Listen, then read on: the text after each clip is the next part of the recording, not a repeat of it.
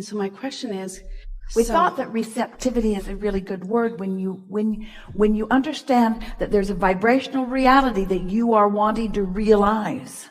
So you are the translator of the vibration into the reality.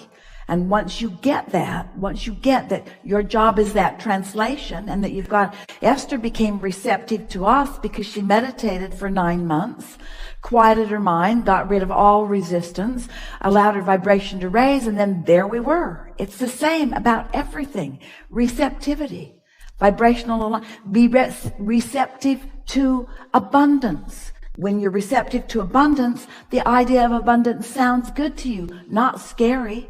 It sounds simple and like flow, not hard. In other words, just practice yourself into feeling the receptivity of what you want.